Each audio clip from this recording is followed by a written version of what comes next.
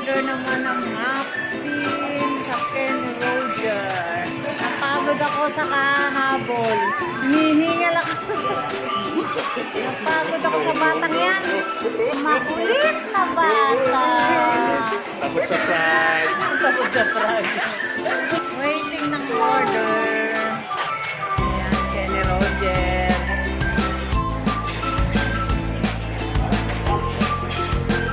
Yan ang favorite. Let's go na. Sino wala na? Tako mo. Nakakain mo lang eh. No. Nakapin yung pag-uya yung muffin. Ano mo nga lang.